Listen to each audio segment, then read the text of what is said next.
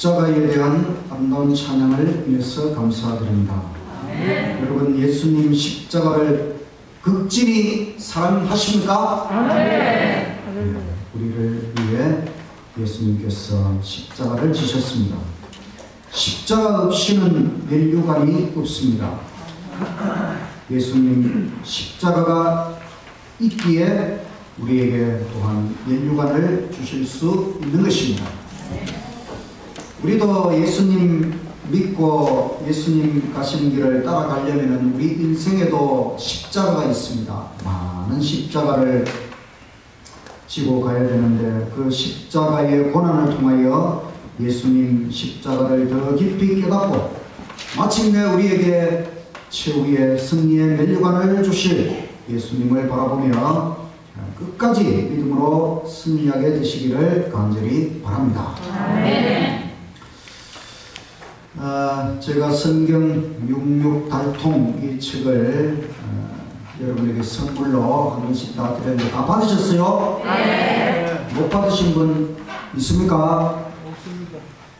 뒤에 못 받은 사람 뒤에 가져가세요. 뒤에 보시고 가만히 있으면 안 됩니다. 뒤에서 챙겨가시기 바랍니다. 제가 이 책을 벌써 28년 동안 이 책을 12판 출판을 하고 했는데 이번에 완전히 칼라판으로 만들었기 때문에 성경 달통책 중에 가장 보기에 좋고 아름다운 모습으로 만들었습니다.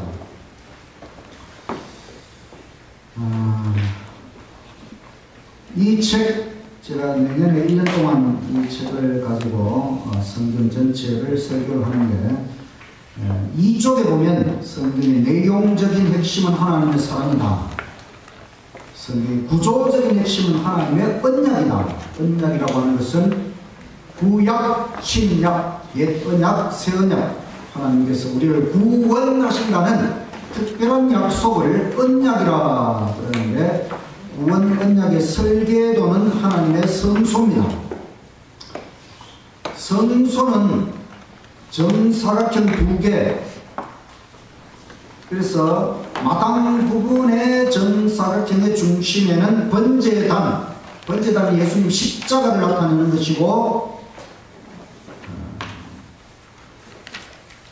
이 구원 언약의 설계도 성소의 모습입니다. 이 성소를 위에서 내려다본 평면도로 그리면은 정사각형 2개가 되는데 마당 부분에는 번제단, 번제단은 십자가를 나타내는데 이것은 언약의 기초, 하나님께서 우리를 구원하신다는 그 약속의 기초는 예수님 십자가입니다. 십자가 없이는 절대로 우리를 구원할 수가 없습니다. 그 다음에 건물 부분의 중심은 성소와 지성소, 지성소가 중심입니다. 지성소에는 하나님께서 우리에게 주신 언약의 법, 십계명이 언약계, 법계 속에 보관되어 있습니다. 이것은 하나님 구원 언약의 핵심. 하나님께서 우리를 구원하시는 것은 십자가를 통해서 구원하시고 구원받은 모든 사람의 생애에 목표 또는 열매가 있다면 그것은 하나님의 법, 십계명을 순종하는 경지에 올려주는 것이다. 그러니까 우리가 십계명 지키는 것은 구원받기 위해서입니까? 구원받은 결과이기 때문에 그렇습니까? 구원받기 위해서는 예수님 십자가를 믿으면 되는 것입니다. 그리고 구원받았기 때문에 십계명을 지키는 것입니다. 안식일 계명이 넷째 계명인데 안식일을 지키는 것은 구원받기 위해서입니까? 구원받았기 때문에 지키는 것입니까? 구원받기 위해서 지키면 율법주의가 되죠. 그런데 우리 안식일 교회는 구원받으려고 안식일을 지키는 율법주의 교회가 아니고 예수님 십자가의 은혜로 구원받았기 때문에 십계명도 지키고 안식일도 지키고, 물론 우리의 힘으로 지키는 것이 아니고 우리 안에 예수님의 은혜로 또 성령님의 능력으로 하나님의 율법을 지키고 안식일을 지키는 것이지요. 그래서 구원 언약의 기초인 십자가에 대하여 이번 11월달 동안 안식일마다 말씀을 드리고, 구원 언약의 핵심 10계명에 대하여 1계명부터 강해를 하는 것은 11월달 저녁 시간에 지금 하고 있습니다. 다음 화요일에는 넷째 계명 강해를 합니다. 이 모든 것들이 성경을 발통하기 위해서 준비로 이렇게 제가 십자가와 십계명에 대하여 말씀을 드리는 것입니다. 오늘은 십자가에 대한 두 번째, 메시아의 죽음에 대한 한결같은 오해, 예수님의 죽음, 십자가 죽음에 대하여 오해, 얼마나 많은 오해가 있었는가, 여기에 대하여 말씀을 드리겠습니다. 지난 안식일에 말씀, 누가 십자가에서 죽으셨는가? 십자가에서 죽으신 분은 우주의 창조주, 바로 삼위일체 하나님 중에 한신격이신 예수님, 우주와 별들의 감독자이신 예수님께서 이 지구 하나의 별에 찾아오셔서 인간이 되어 오셔서 우리 지구를 위하여, 우리 인류를 위하여 예수님께서 십자가 위에서 죽으셨다. 하나님께서 우리에게 주신 최고의 선물이 바로 예수님, 하나님의 독생자 예수님을 우리에게 주신 것은 영원한 선물, 영원한 은혜의 선물로 예수님을 우리에게 주셨기 때문에 이 선물을 정말 선물답게 받아들이자, 이에 대해서 지난 안식에 말씀을 드렸습니다. 오늘 말씀 퀴즈 있으니까 여러분 한번 잘 풀어보시기 바랍니다. 십자가를 이해하셨습니까? 기독교는 이해의 종교입니다. 성경에 대해서 이해를 해야 됩니다. 진리에 대하여 이해를 하고, 하나님에 대하여 이해를 하고, 십자가에 대하여 이해를 하고, 십자가를 이해하면 예수님을 믿을 수밖에 없습니다.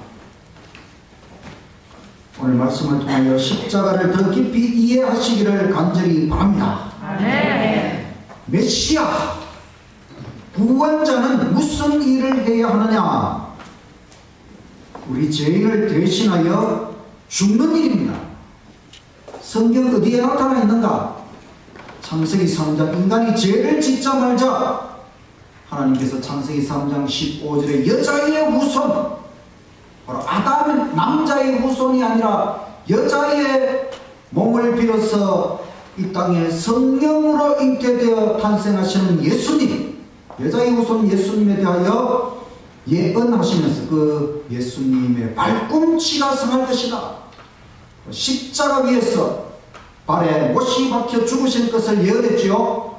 그리고 아담과 하와에게 양을 희생시키고 그 양의 가죽으로 옷을 만들어서 아담과 하와에게 입혔습니다. 그때로부터 우리 인간은 죄를 지을 때마다 불쌍한 양을 잡아서 하나님 앞에 희생 제사를 드렸습니다. 그 모든 것이 세상 죄를 지고 가는 하나님의 어린 양 예수님의 십자가 희생을 표상하는 것이었습니다. 또 아브라함이 그 아들 이삭을 하나님 앞에 번제로 드렸던 산이 모리아 산입니다. 이 모리아 산이 바로 어디냐 하면은 예루살렘, 예수님께서 십자가를 세운 그 땅. 그래서 아브라함이 이삭을 번제로 드린 이 사건은 예수님의 십자가 사건을 가장 극적으로 표상하는 구약의 가장 놀라운 사건이 바로 아브라함의 제단입니다. 그리고 성소 제도를 통해 무수한 동물의 희생 제사를 드렸습니다. 또 메시아 예언들을 통해서, 그래서 구약 성경에서 가장 중요한 진리는 메시아의 죽음, 우리의 구원자로 오시는 하나님의 아들 메시아 예수님께서 우리를 대신하여 죽는다는 것입니다. 이사야 53장 고난받고 곧 죽으실 메시아에 대한 최고의 예언 이사야 53장 5절에 그가 찔림은 우리의 허물을 인함이요 그가 상함은 우리의 죄악을 인함이라. 그가 징계를 받음으로 우리가 평화를 누리고 그가 채찍에 맞음으로 우리가 나음을 입었도다. 이처럼 메시아는 찔림을 당하고 상함을 입고 징계를 받고 채찍에 맞고 이 모든 것이 다 우리를 위하여, 이것이 성경이 말하는 메시아입니다. 그런데 유대인들은 이런 메시아를 기대하지 않았습니다. 유대인이 기다렸던 메시아는, 메시아라는 말은 그리스도라는 말인데, 이 말은 기름 부음을 받은 자, 하나님의 기름 부음을 받은 자는 옛날에 왕, 선지자, 제사장 기름 부음을 받은. 근데 메시아는 바로 왕도 되시고 선지자도 되시고 제사장도 되시는 예수님의 삼중 직분, 기름 부음을 받은 왕, 선지자, 제사장으로서 예수님께서 우리에게 구원자가 되신다. 그게 메시아 그리스도입니다. 근데 유대인들은 로마 제국의 압제로부터 이스라엘 민족을 해방시킬 구원자를 기다렸어요. 강력한 장군 같은 왕, 또 모세 같은 지도자, 또 요수아 같은 지도자, 또 다윗 같은 왕, 또 엘리야 같은 선지자. 엘리야가 그 당시에 아합 왕을 향해서 지적을 하고, 그래서 정치적인 정복자, 로마 제국을 완전히 짓밟을 자, 이런 메시아를 유대인들이 기다렸기 때문에 그런 메시아가 죽어야 된다는 것은 전혀 생각할 수가 없었지요. 그래서 예수님이 이 땅에 오셔서 하셔야 했던 일 중에 한 가지는 뭐냐면 메시아에 대한 오해, 바로 메시아의 죽음에 대한 오해로 충만한 세상에서 그 오해를 풀어서 이해시키는 일이었습니다. 불과 3년 6개월, 공생의 3년 6개월 만에. 근데 오해는 수십 년 동안 이어져 왔는데 이해를 단 몇 년간 시킨다는 것은 참 어려운 일이죠. 결국은 아무도 이해하지 못했습니다. 그 똑똑했던 가룟 유다, 예수님보다 지가 더 똑똑하다고 생각했던 가룟 유다도 예수님의 죽음을 이해하지 못했어요. 물론 나머지 11 제자들도 예수님의 그 죽음에 대하여 이해를 하지 못했습니다. 그래서 예수님께서는 메시아라는 말을 피하셨어요. 귀신들이 예수님을 알아보고 하나님의 아들 메시아라고 막 그렇게 했지만은 예수님께서는 자기를 그렇게 나타내지 말라. 왜냐하면 메시아라는 말 자체가 로마 제국의 정복자, 정치적인 정복자 이런 뜻으로 오해되고 있었기 때문에 혹시라도 예수님이 그런 식으로 로마 제국에 항거하는 그런 메시아로서 드러나면 그건 잘못된 것이기 때문에 예수님께서는 메시아라는 말을 피하셨어요. 또 베드로도 예수님을 향해서 예수님 그리스도 메시아라고 이렇게 고백했지만은 예수님께서는 아무에게도 이런 식으로 말하지 말라. 이것은 정말 매우 힘든 일이었습니다. 예수님은 모든 병에 대한 치유의 기적을 일으키셨습니다. 어떠한 종류의 병자이든지 예수님 앞에 나와서 고침받지 못하고 돌아간 사람이 있었습니까? 없었습니다. 간절히 원한 사람은 다 고침받았습니다. 그 병이 어떤 병이든지 상관없이 다 고쳐주셨습니다. 예수님은 죽은 자를 부활시키는 기적도 3번이나 일으켜주셨죠. 한 사람의 도시락으로 유대인 5,000명을 먹이는 기적도 일으키고, 또 한 사람 도시락으로 이방인 4,000명을 먹이는 기적도 일으키셨고,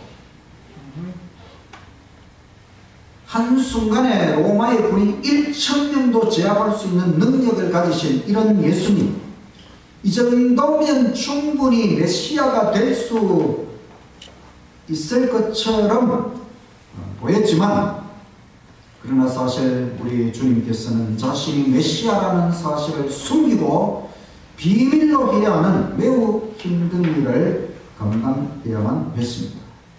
그래서 예수님께서는 메시아라는 말 대신에 인자, 사람의 아들, 인자라는 말을 사용하셨는데, 이 인자라는 말은 성경 구약 다니엘서 7장 13절에 나오는 말씀이지요. 내가 또 밤 이상 중에 보았는데 인자 같은 이, 인자 같은 이 예수님입니다. 예수님께서 하늘 구름을 타고 와서 옛적부터 항상 계신 자, 아버지 하나님입니다. 아버지 하나님에게 나와 그 앞에 인도되네. 자, 예수님이 구름을 타고 아버지 하늘, 아버지 앞으로 나아가시는 이 장면은 무슨 장면일까요? 부활하셔서 하늘에 올라가셨죠. 부활하신 이후에. 자, 제7일 안식일 예수 재림 선도요. 이게 무슨 장면입니까? 재림 후에 이 세상을 받는, 뭐라고요? 이 세상을 받는, 재림 이후에 하나님 앞에 가셨을 거예요. 자, 다니엘서 7장 13절과 14절의 내용은 예수님께서 십자가 아니 조사 심판을 위하여 하늘 지성소로 들어가는 장면입니다. 이 다니엘 7장의 이 장면과 다니엘 8장의 성소 정결하고 똑같이 평행되는 사건인데, 바로 예수님께서 인자 같으니, 왜 예수님이 인자 같으니냐? 예수님이 사람, 인자, 사람의 아들이 되신 중요한 이유 중에 하나는 사람이 되어서, 우리의 입장이 되어서 죄와 싸워 승리하시고, 그 다음에는 사람이 되어야만 하나님과 사람 사이의 중보자, 대제사장이 될 수 있기 때문에 사람이 되어 이 땅에 오셨고, 그래서 예수님께서 이제 바로 1844년 하늘 성소 첫째 칸에서 둘째 칸인 지성소로 들어가시는 장면이 이 장면입니다. 그 다음에 그 장면 14절, 그에게 권세와 영광과 나라를 주고 모든 백성과 나라들과 각 방언하는 자로 그를 섬기게 하였으니 그 권세는 영원한 권세라 옮기지 아니할 것이요 그 나라는 패하지 아니할 것이니라. 예수님께서 하늘 지성소 대속죄 조사 심판을 마치시면 하늘 아버지로부터 나라, 그 영원한 나라를 받으신다. 그래서 그 나라의 백성이 조사 심판을 통해 결정됨으로 이제 그 나라를 받으시는 것을 나타내는 것입니다. 그래서 인자도 똑같은 메시아에 관한 호칭이지만은, 그러나 오해받지 않는 호칭이었기 때문에 예수님께서 인자라는 호칭을 사용하셨습니다. 예수님은 12명에게 초점을 맞추셨어요. 왜냐하면 군중들이 오해를 하기 때문에. 그래서 소수 12명의 제자 교육에 초점을 맞추시고, 그러나 제자들도 그 예수님의 죽음에 대하여 정확하게 이해를 못했지만은, 그러나 나중에 이제 예수님께서 죽으시고 3일 만에 부활하시고 제자들에게 다 설명해 주시고 하늘로 가신 이후에 모든 제자들이 이제 예수님에 대하여 확실히 깨닫고 온 세상에 나아가서 예수님의 증인이 될 수 있도록 그와 같은 일에 예수님께서 초점을 맞추셨어요. 예수님 제자들이 12명이 모였는데, 셀로 시몬은 아주 열심당은 유대 민족주의다. 요즘 한 아주 보수 아주 유대 민족주의 그런 사람이고, 이런 사람은 암살도 할 수 있고 뭐 폭력도 쓸 수 있고 유대인의 해방을 위해서는 뭐든지 할 수 있는 그런 열심당원 시몬. 마태는 또 그와 완전히 반대죠. 세금 징수원, 로마의 앞잡이가 되어서 온갖 세금, 영업세, 교각세, 도로세, 마차세, 가축세, 온갖 세금 다 붙여가지고 그 서민을 착취하는 매국노, 로마의 앞잡이. 완전히 정반대되는 사람이 12제자 중에 있었으니까 서로 공존할 수 없고 두 사람이 시몬이 마태를 때려 죽이지 않은 것이 이상할 정도로 그래서 12명은 서로 연합이 불가능한 게 보였습니다. 근데 그 중에서 제일 똑똑한 게 가룟유다. 자기가 제일 똑똑하다고 생각하고 이 가룟유다는 선동하기를 예수를 우리가 왕으로 앉혀야 된다. 일단 예수를 왕으로 앉혀놓고 그 다음에 우리가 그 밑에서 뭐 한 자리씩 차지해야 되지 않겠는가. 그래서 허구한 날 누가 가장 크냐는 논쟁. 그러니까 예수님 왕이 되면 그 다음에 누가 그 자리를 차지하느냐.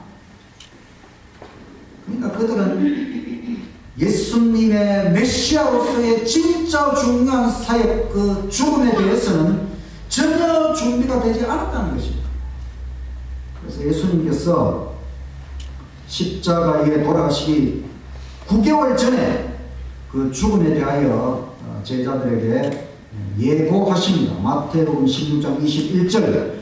이때로부터 예수 그리스도께서 자기가 예루살렘에 올라가 장로들과 대제사장들과 서기관들에게 많은 고난을 받고 죽임을 당하고 제3일에 살아나야 할 것을 제자들에게 비로소 가르치시니 베드로가 예수를 붙잡고 가나에 가로되 주여 그리마옵소서 이 일이 결코 주에게 미치지 아니하리이다.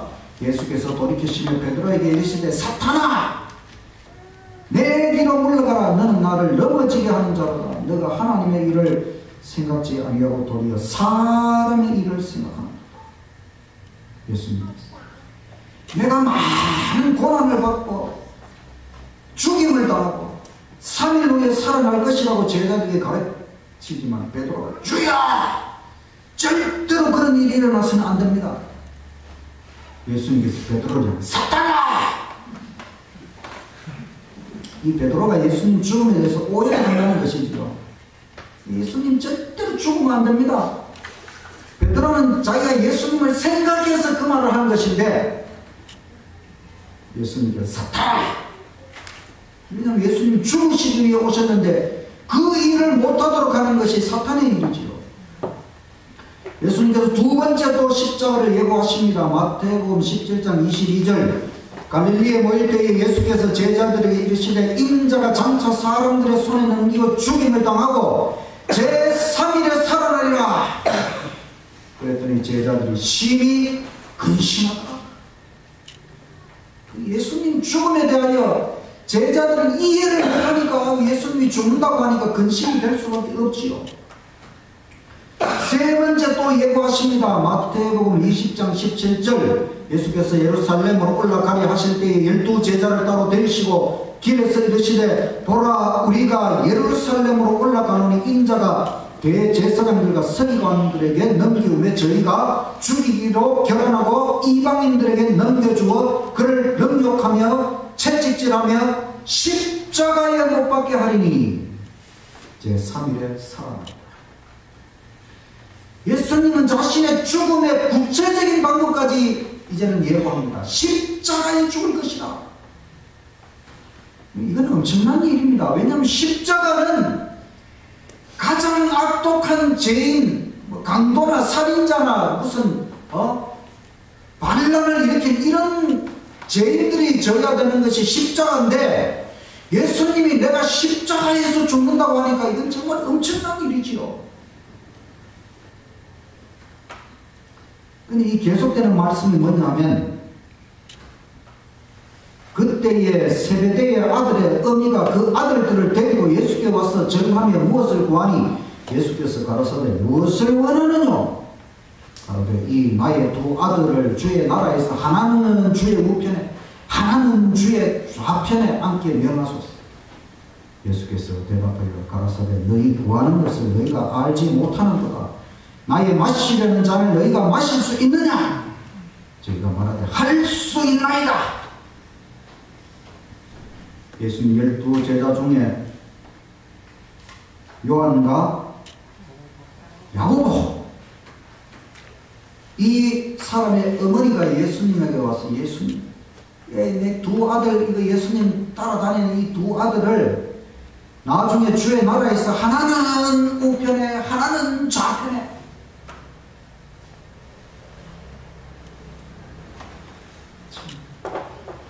어떻게 보면 솔직하고 어떻게 보면 욕심도 많지요. 이 다 어머니 모습이 다 이렇지요.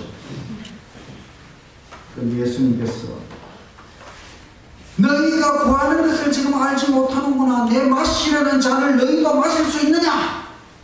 할 수 있습니다.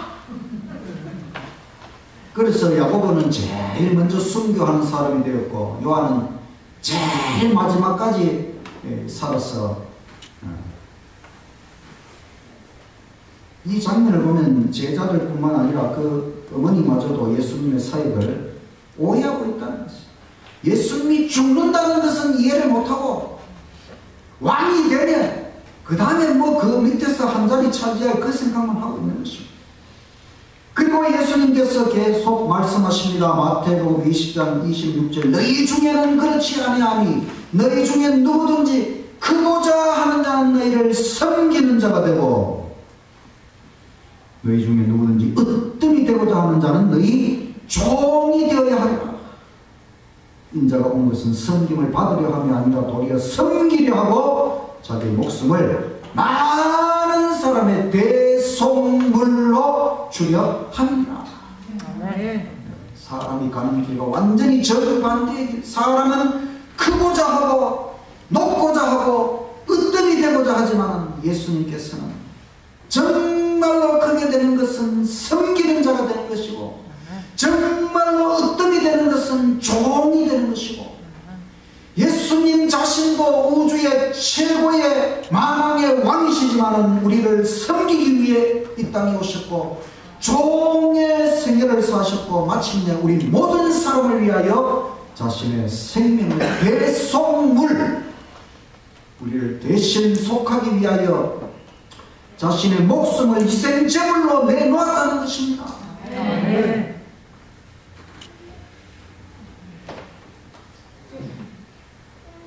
그리고 예수님께서 이제 결정적으로 말씀하십니다. 마태복음 26장 1절 예수께서 이 말씀을 다 마치시고 제자들에게 이르시되 너희의 아는 바와 같이 이틀을 지나면 유월절이라 인자가 십자가에 못 박히기 위하여 팔리우리라.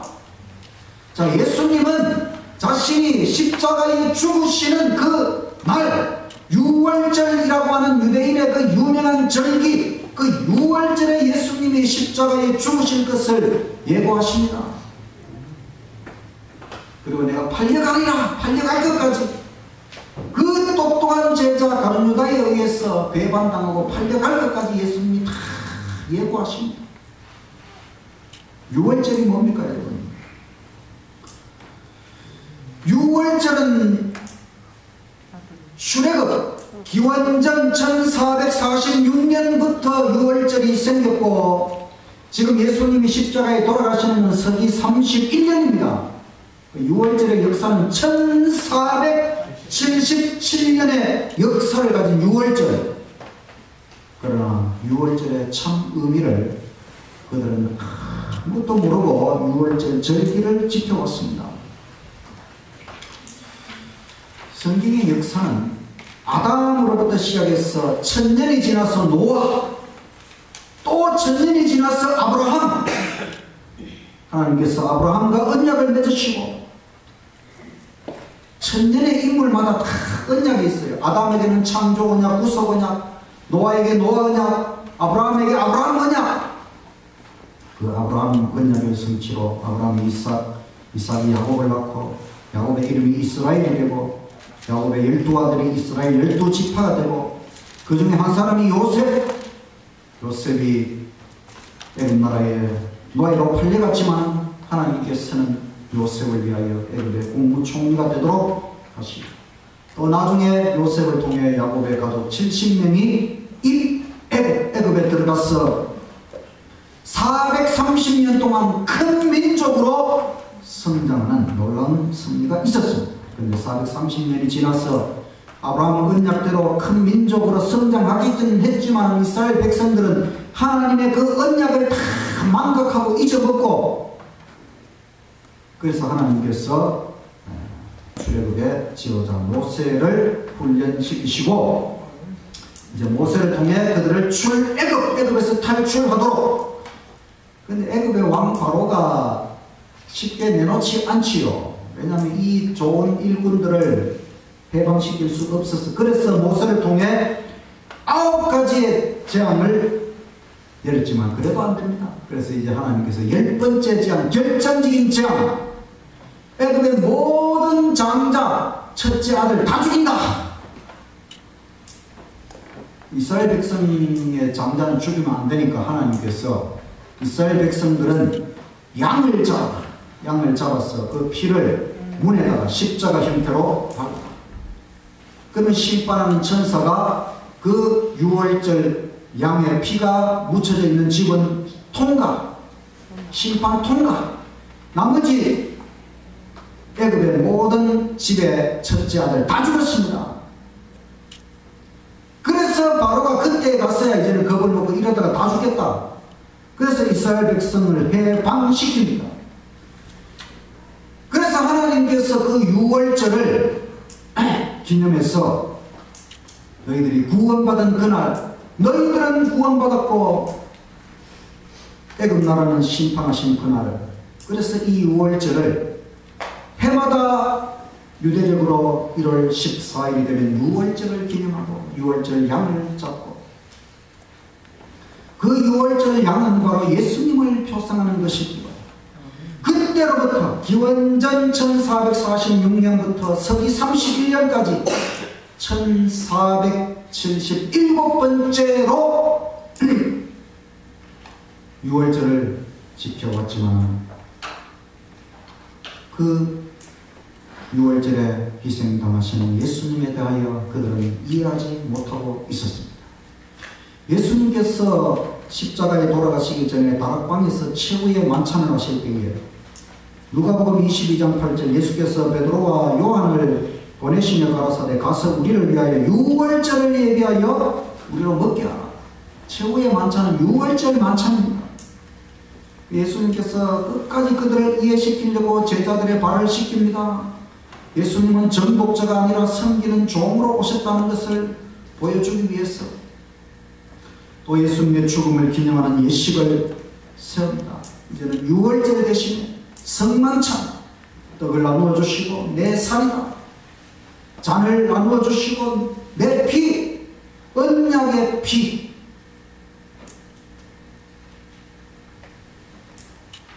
그리고 예수님께서 겟세마네 동산에 가셔서 기도하십니다. 이제는 12명도 아니고 3명, 베드로와 야고보와 요한, 그들은 변화산에서 예수님의 신성을 경험한 특별한 제자들인데 그들만큼은 예수님의 죽음을 이해했어야 하지만 예수님께서 기도하실 때에 그들은 자고 있었고, 두 번째 기도하실 때에 또 자고 있었고, 세 번째 기도하고 오셨지만 여전히 자고 있었습니다.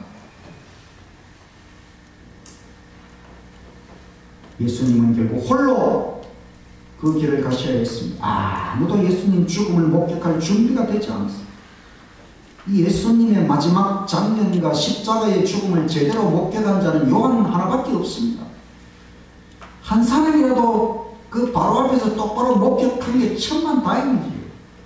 나머지 제자들은 멀리서 구경꾼처럼 예수님 십자가의 장면을 구경했을 뿐입니다. 예수님께서 십자가를 지시기 전에 막달라 마리아가 향유를 자신의 발에 부은 것에 대해서 매우 좋아하셨어요. 십자가 위에서 회개하는 한 강도의 그것을 참 좋아하셨어요. 왜냐하면 예수님의 죽음의 의미를 조금이라도 이해하려고 하는 자들을 예수님은 찾고 계셨어요. 아무도 예수님의 죽음에 대해서 이해를 못하니까 예수님의 죽음의 의미를 이해하는 사람을 한 사람이라도 찾고 계신 우리 예수님을 바라보게 하는 것입니다. 예수님의 죽음을 이해하는 한 분이 계셨는데 그분은 오직 아버지 하나님이십니다. 근데 아버지는 예수님을 버리셨습니다. 마태복음 27장 46절 제90쯤에 예수께서 거기에 소리질러 가라사대 엘리 엘리 라마 사박다니 나의 하나님 나의 하나님 어찌하여 나를 버리셨나이까. 아버지께서 예수님을 완전히 버리시는 경험이 예수님 십자가에서 예수님께 가해진 최후의 일격, 주님이 마신 자는 바로 이것입니다. 하나님과 영원히 분리되어 떨어져 나가는 둘째 사망, 유황불의 고통, 이게 바로 인류의 죄값이었기 때문에 하나님께서는 구속의 계획을 세우시면서 우리 인간의 죄값을 치러야 되는데 그 죄값이 예수님께서 이 땅에 오셔서 십자가에서 죽는 것인데 그 죽음의 경험은 그냥 단순히 죽는 게 아니고 둘째 사망, 유황불. 그 유황불은 우리가 최후의 심판의 유황불에 들어가서 하나님으로부터 영원히 떨어져 나가는 그 고통이잖아요. 그것을 예수님께서 우리 대신 모든 인류를 대신하여 예수님께서 십자가 위에서 그런 죽음을 당하기로 하나님께서 그 죽음의 값을 매겨놓았어요. 그 매기신 대로 하나님은 바로 십자가 위에서 아버지께서 예수님에게 그 죽음의 잔을 다 마시도록 한 것입니다. 그래서 예수님께서 나의 하나님 나의 하나님 어찌하여 나를 버리셨나이까. 이처럼 모든 인간이 한결같이 예수님의 죽음을 오해했다는 것입니다. 예수님께서는 자신의 그 고귀한 희생적인 죽음이 이해받지 못하고 오해받음으로 말미암아 더 외롭고 슬프게 죽음을 맞이하셔야만 했다는 것입니다. 지금은 우리가 예수님 죽음을 다 이해하지만은 그래 예수님이 그 죽음의 잔을 마시는 십자가의 그 장면까지는 아무도 어떤 인간도 예수님의 죽음의 의미를 이해하지 못했다고 하는 거예요. 철저히 오해하고 있었다고 하는 거예요. 이것이 예수님에게는 더 큰 슬픔이고 더 큰 고통이에요. 우리가 이것을 이해해야 하는 것입니다. 지금도 우리가 오해할 수 있습니다.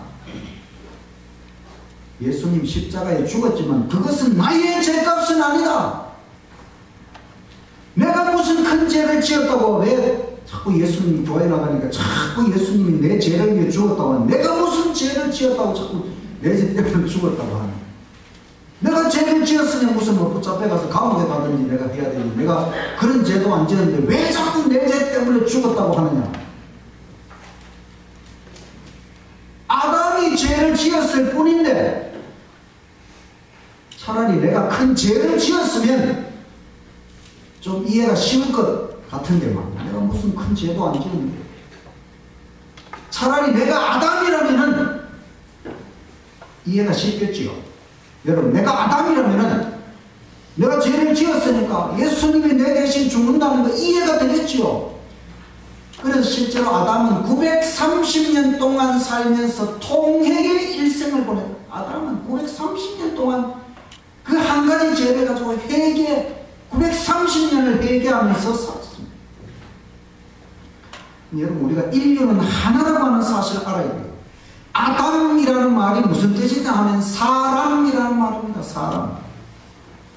사람의 전부였어요. 아담이 사람의 전부잖아요. 그때는 뭐 아담, 성경은 우리가 공동체라고 하는 이런 개념을 갖기를 하나님은 원하십니다. 사람 전체를 위해 예수님이 십자가를 지셨지요. 하나님은 사람 전부를 사랑하는 것입니다. 만약에 아담이 죽으면 그걸로 인류는 다 끝장나는 것입니다. 하나님께서는 예수님을 새로운 아담으로 우리에게 주셨습니다. 아담이라고 하는 인류의 대표자를 말하는 것입니다. 아담이 대표자인데 대표자가